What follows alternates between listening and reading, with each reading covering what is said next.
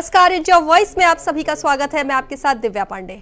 वक्त हो चला है रिपोर्टर लाइव का, जहां दिन भर की तमाम बड़ी जानकारियां हमारे संवाददाता सीधे ग्राउंड जीरो से आप तक पहुंचाते हैं। तो खबरों की शुरुआत करेंगे। खबर लखनऊ से है, जहां देश के गृह मंत्री अमित शाह 24 जून को वाराणसी में सेंट्रल जोन काउंसिल की बैठक में शामिल होंगे। तो वही खबर पर विस्तार से जानकारी दे रहे हमारे संवाददाता पुनीत मोहन। मंत्री सेंट्रल जोन की बैठक यानी कि मध्य क्षेत्रीय परिषद की बैठक में शामिल होने के लिए 24 जून को वाराणसी आएंगे। वाराणसी के नदेसर स्थित एक होटल में ये बैठक होगी। दरअसल आजादी के 9 वर्ष बाद 1956 में देश को पूर्व, पश्चिम, उत्तर, मध्य और दक्षिण 5 परिषदों में बांट दिया गया था। ऐसे में मध्य परिषद में उत्तर प्रदेश, छत्तीसगढ़, उत्तराखंड और मध्य प्रदेश आते हैं। इस बैठक में उत्तर प्रदेश के मुख्यमंत्री मध्य परिषद के उपाध्यक्ष के रूप में मौजूद रहेंगे, तो वहीं उत्तराखंड के मुख्यमंत्री, छत्तीसगढ़ के मुख्यमंत्री और मध्य प्रदेश के मुख्यमंत्री भी इस बैठक में शामिल होंगे। इसके साथ ही चारों राज्यों के मुख्य सचिव और तमाम शीर्ष स्तर के अधिकारी भी मौजूद रहेंगे। इस दौरान वन, सड़क सुरक्षा, बिजली, पानी इत्यादि को लेकर के चर्चा होगी। ऑपरेशन सिंदूर के बीच में हो रही इस बैठक को काफी अहम माना जा रहा है, क्योंकि इस बैठक में रोहिंग्या मुसलमानों को लेकर के और नेपाल के रास्ते घुसपैठ को लेकर के भी चर्चा होनी है। ऐसे में वाराणसी में होने वाली मध्य क्षेत्रीय परिषद की यह बैठक काफी अहम हो जाती है। क्षेत्रीय परिषद में जो राज्य आते हैं उनके बीच में जो सीमा विवाद होता है उसको बिना केंद्र सरकार की सहमति के सुलझाया नहीं जा सकता। उसी को लेकर के ये बैठक 24 जून को नदेसर में वाराणसी में हो रही है, जिसकी अध्यक्षता गृह मंत्री अमित शाह करेंगे। वीडियो जर्नलिस्ट हमजा अहमद मंसूरी के साथ पुनीत मोहन, इंडिया वॉइस, लखनऊ। तो खबर लखनऊ से है, जहां सोलर प्लांट रिश्वत कांड में 6 मुख्य गवाह बयान देंगे। आपको बता दें, खबर पर ज्यादा जानकारी दे रहे संवाददाता मोहम्मद आसिफ। उद्यमी घूस कांड मामले में आईएएस अभिषेक प्रकाश और बिचौलिए निकांत जैन पूरे फंसते नजर आ रहे हैं। एसआईटी ने 1600 पन्ने की चार्जशीट दाखिल कर दिया है। वहीं इस प्रकरण में विजिलेंस ने भी जांच तेज कर दी है। हालांकि प्रकरण में आईएएस अभिषेक प्रकाश फरार है, तो बिचौलिया निकांत जैन जेल में बंद है।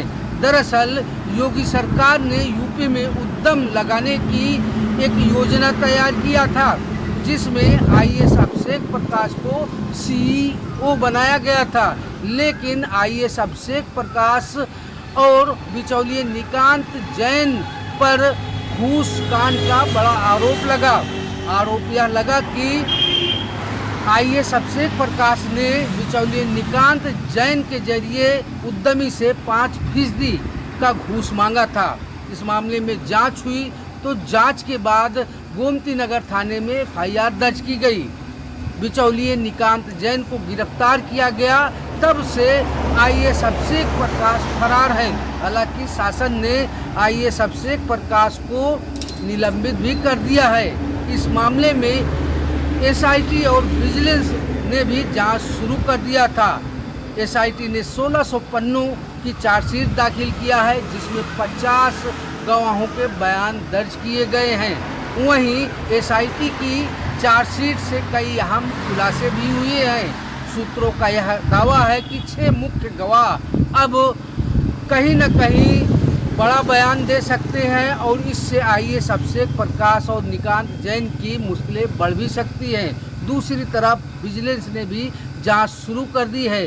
चार्जशीट के आधार पर इस मामले में अब हमीरपुर, एलडीए समेत कई जिलों से संपत्तियों का ब्यौरा भी आईएएस अभिषेक प्रकाश का मांगा गया है। सहयोगी इसरार के साथ आसिफ बेग, इंडिया वॉइस, लखनऊ।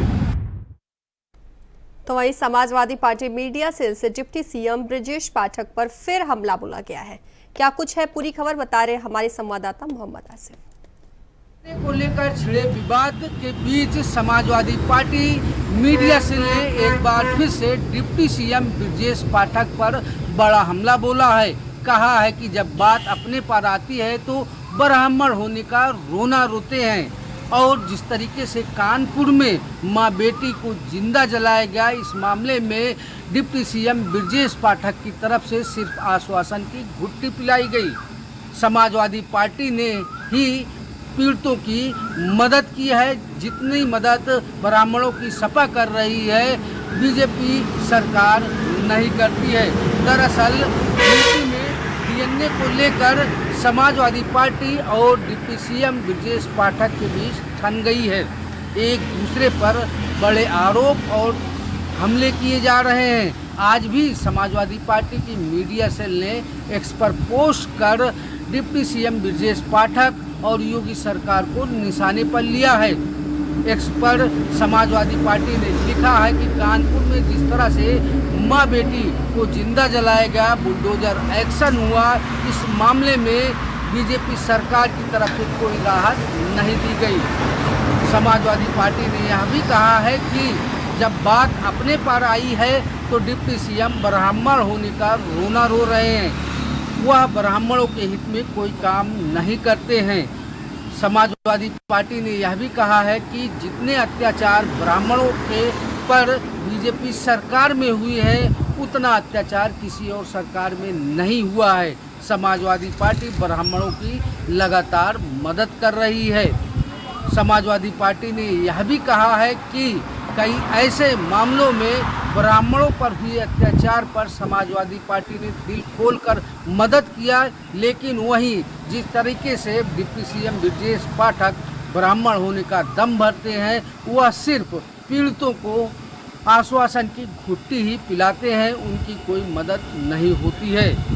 फिलहाल जिस तरह से समाजवादी पार्टी और डिप्टी सीएम ब्रजेश पाठक के बीच अब तीखा प्रहार शुरू हो चला है, देखना यह दिलचस्प है कि यह जुबानी और पोस्टर वार वाला हमला कब रुकेगा।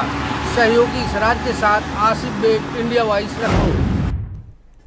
तो खबर आगरा से है, जहां साइबर क्राइम पुलिस ने बड़ा खुलासा किया है। क्या कुछ खुलासा किया है, बता रहे हमारे संवाददाता जिशान अहमद। में साइबर क्राइम थाना पुलिस ने बड़ा खुलासा किया है। दरअसल आपको बता दें कि आगरा में एक योगेश नाम का व्यक्ति जो ग्वालियर का रहने वाला है, वह आगरा में ठगी करने का काम करता था, जिसके बाद साइबर क्राइम थाने में एक तहरीर के आधार पर मुकदमा दर्ज किया गया, जिसके बाद साइबर क्राइम लगातार उस ठग को गिरफ्तार करने के लिए कई टीमें लगाई गई, जिसके बाद आज आगरा पुलिस ने उस व्यक्ति को गिरफ्तार कर लिया है। वहीं उसके पास से 1,42,000 रुपये नकद और 2 फ़ोन भी पुलिस ने बरामद किए हैं। कह सकते हैं कि उसके आपराधिक इतिहास की अगर बात करें तो लगातार कई राज्यों में ये ऐसी ठगी की घटनाओं को अंजाम दे चुका था। कई राज्यों की पुलिस इसको ढूंढ रही थी, लेकिन योगी की पुलिस ने उसको गिरफ्तार कर सलाखों के पीछे भेज दिया। अपने सहयोगी शोएब के साथ जिशान अहमद, इंडिया वॉइस, आगरा। खबर आगरा से है, जहां पुलिस बदमाशों को पकड़ने के लिए लगातार 10 मुठभेड़ की है। आपको बता दें क्या है पूरी खबर, बता रहे विस्तार से हमारे संवाददाता जिशान अहमद। कमिश्नर के निर्देश में डीसीपी सिटी सोनम कुमार के नेतृत्व में आगरा पुलिस बदमाशों के ऊपर कहर बनकर टूट रही है। पिछले महीने में आगरा जोन की अगर बात करें तो पिछले माह में आगरा पुलिस और बदमाशों के बीच में 10 मुठभेड़ हुई, जिसमें 21 लोगों को पुलिस ने गिरफ्तार किया है। वहीं उनके कब्जे से कई मोटरसाइकिल और अवैध तमंचे व लूटा हुआ माल भी आगरा पुलिस ने उनके कब्जे से बरामद किया है। वहीं आपको बता दें कि आगरा पुलिस ने एक व्यक्ति के साथ एनकाउंटर किया था, जिसकी मौके पर ही मृत्यु हो गई थी। आगरा पुलिस की लगातार अपराधियों के खिलाफ कार्रवाई देखी जा रही है, लगातार मुठभेड़ भी हो रही है। कह सकते हैं कि आगरा पुलिस का जो लंगड़ा ऑपरेशन है वह अपराधियों के खिलाफ लगातार जारी है। अपने सहयोगी उमर के साथ जिशान अहमद, इंडिया वॉइस, आगरा। खबर गाजीपुर से है, जहां हाई टेंशन तार की चपेट में आने से 4 युवकों की मौत हो गई है। तो वही पूरी खबर पर विस्तार से जानकारी दे रहे संवाददाता सुशील। की मौत से पसरा मातम। खबर गाजीपुर जिले के मरदह के नजदीक नरवल गांव की है, जहां पर काशीदास बाबा की पूजा का आयोजन किया गया था और कुछ लोग हरे बांस पर झंडा बांध रहे थे। उसी समय एकाएक जो ऊपर से हाई टेंशन तार गुजर रहा था, उसी की चपेट में लोग आ जाते हैं और झुलस जाते हैं। आनंद फानन में लोग नजदीकी मऊ के फातिमा हॉस्पिटल लेकर जाते हैं, लेकिन वहां पर डॉक्टरों ने कहा कि 4 लोगों की मौत हो गई, 3 लोगों का इलाज जारी है जो बुरी तरीके से झुलस गए थे। लेकिन जब अधिकारी वहां पर पहुंचते हैं तो उन्होंने बताया कि इस पूजा की अनुमति नहीं ली गई थी और तार नहीं टूटा है। जो भी लोग इस समय उससे झुलसे हैं उनका इलाज किया जा रहा है और पूरी मदद की जा रही है। लेकिन 4 लोगों की मौत से पसरा मातम और लोग यही कह रहे हैं कि कैसे काल के गाल में समा गए। जो कुछ समय पहले खुशियां वहां पर छाई हुई थी, अचानक मातम चारों ओर पसर गया और सन्नाटा छा गया। इंडिया वॉइस की रिपोर्ट, सुशील तिवारी, गाजीपुर। तो खबर गाजीपुर से है, जहां तस्करों पर पुलिस का कहर देखने को मिला है। आखिर क्या है पूरी खबर, विस्तार से जानकारी दे रहे हैं हमारे संवाददाता सुशील। तस्करों ने कर दी पुलिस पर फायरिंग। खबर गाजीपुर जिले से है, जहां पर थाना अध्यक्ष रेवतीपुर नक्सर हाल्ट के पास चेकिंग कर रहे थे। उसी समय उन्होंने देखा एकाएक एक पिकअप तेज गति से आ रही थी। उन्होंने उसको रुकवाने का प्रयास किया, लेकिन वह लगा कि पुलिस टीम पर ही चढ़ा देगा। गाड़ी चढ़ाते से बचे बाल पुलिस वाले, फिर वो आगे की ओर भाग निकला। तुरंत थाना अध्यक्ष रेवतीपुर ने वहां से आरटी सेट को सूचना दी और बगल के थानों को अलर्ट किया गया। आगे जैसे ही उसकी गाड़ी पहुंची तो वहां पर एसएचओ कोतवाली गहमर की टीम वहां पर चेकिंग कर रही थी। उन्होंने उसे देखा, वहां पर भी उसको रुकवाने का प्रयास किया, लेकिन उसने पुलिस टीम पर ही फायरिंग कर दी। उसके बाद पुलिस ने अपने आत्मरक्षा में गोली चलाई और पैर में गोली लगती है और वहीं पर वो लड़खड़ाकर नीचे गिर जाता है। पुलिस जब अंदर देखती है तो पिकअप में 5 राशि गोवंश वहां पर लदे हुए थे, लेकिन पुलिस ने फिर दोनों को गिरफ्तार कर लिया और मौके पर छानबीन की जा रही है। ये उसिया के रहने वाले थे और पुलिस का ये कहना है कि ये 5 राशि गोवंश को लाद कर उत्तर प्रदेश के नजदीक बिहार बॉर्डर पर ले जाने की इनकी तैयारी थी, लेकिन पुलिस ने इनके मंसूबे को पूरी तरीके से तहस नहस कर दिया। एसएचओ गहमर और रेवतीपुर थाना अध्यक्ष की तत्परता से 5 राशि गोवंश को पुलिस ने पकड़ लिया और इन गौ तस्करों को गिरफ्तार कर लिया। इंडिया वॉइस की रिपोर्ट, सुशील तिवारी, गाजीपुर। खबर मेरठ से है, जहां पुलिस ने हत्या की खुलासा मात्र 6 घंटे में कर दिया है। आखिर क्या है पूरा मामला, खबर पर ज्यादा जानकारी दे रहे हमारे संवाददाता शाहरुख सैफी। दोस्तों की शराब पार्टी बनी चंद्रपाल की हत्या की वजह। आपको बता दें, 3 दोस्त आपस में शराब पार्टी कर रहे थे, जिसमें मामूली कहासुनी को लेकर इतनी कहासुनी बढ़ गई कि उन्होंने दोस्तों ने ही चंद्रपाल की हत्या कर उसको मौत के घाट उतार दिया और फिर उसके शव को प्राइमरी स्कूल में डालकर वहां से फरार हो गए। लेकिन वो पुलिस के रडार से नहीं बच पाए। पुलिस ने 2 आरोपियों को जब गिरफ्तार किया तो पुलिस के डंडे के आगे दोनों आरोपियों ने अपना सच उगलते हुए कहा कि उन्होंने ही हत्या की है। मेरठ से इंडिया वॉइस के लिए शाहरुख सर। खबर मेरठ से है, जहां घर के बाहर बैठे व्यक्ति पर ताबड़तोड़ फायरिंग करने का मामला सामने आया है। खबर पर ज्यादा जानकारी दे रहे हमारे संवाददाता शाहरुख सैफी। थाना भावनपुर क्षेत्र एक बार फिर दिन निकलते ही गोलियों की तड़तड़ाहट से गूंज उठा। आपको बता दें, भावनपुर क्षेत्र के गांव मानपुर में काफी पुरानी रंजिश के चलते रंजिश चली आ रही थी, जिसको लेकर के पिकम सिंह अपने घर के बाहर बैठा हुआ था। कुछ लोग वहां पहुंचे और पहुंच करके पिकम सिंह पर ताबड़तोड़ गोलियां बरसा दी। पिकम सिंह बाल बचा और मौके पर पुलिस वहां पहुंच गई। पुलिस ने पूरे मामले का संज्ञान लेते हुए जांच पड़ताल में जुट गई है। पिकम सिंह ने गांव के ही रहने वाले 3-4 लोगों का नाम लिया है। पुलिस उन लोगों को तलाश रही है और पूरे मामले को संज्ञान लेते हुए इसमें मुकदमा भी दर्ज कर लिया गया है। मेरठ से इंडिया वॉइस के लिए शाहरुख सर। खबर सिद्धार्थनगर से है, जहां बड़नी नगर पंचायत अध्यक्ष सुनील अग्रहरि ने प्रदेश के मुख्यमंत्री योगी आदित्यनाथ से हाल ही में लखनऊ में मुलाकात कर क्षेत्रीय समस्याओं से जुड़ी 9 सूत्रीय मांगों का ज्ञापन सौंपा है। देखिए, बढ़नी नगर पंचायत अध्यक्ष सुनील अग्रहरि ने मुख्यमंत्री योगी आदित्यनाथ से मुलाकात की। 9 सूत्री मांगों को लेकर उनसे मुलाकात की और अपने नगर के विकास को लेकर चर्चा किया। मुख्यमंत्री ने आश्वासन दिया कि जो भी उनकी मांगें हैं सब पूरी की जाएगी। आश्वासन दिया कि जल्द से जल्द उसे जो है उनकी जो समस्याएं हैं उसे खत्म की जाएगी और कार्य कराया जाएगा।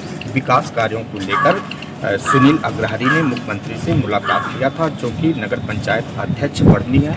वो मुलाकात करके अपने नगर के विकास को लेकर चर्चा की और नगर के विकास को लेकर बताया कि किस तरह से पानी की समस्या और स्वास्थ्य की समस्या और जो है शिक्षा की समस्या को लेकर उनसे चर्चा किया और रोडों की समस्याओं को लेकर बात की, जिसको लेकर मुख्यमंत्री ने आश्वासन दिया है कि जल्द से जल्द इसे पूरा किया जाएगा। अब विकास को लेकर किस तरह से चर्चा में है योगी आदित्यनाथ, उसको लेकर नगर पंचायत अध्यक्ष ने मुलाकात किया था और मुख्यमंत्री ने उन्हें आश्वासन दिया। सिद्धार्थनगर से राकेश यादव, इंडिया वाला।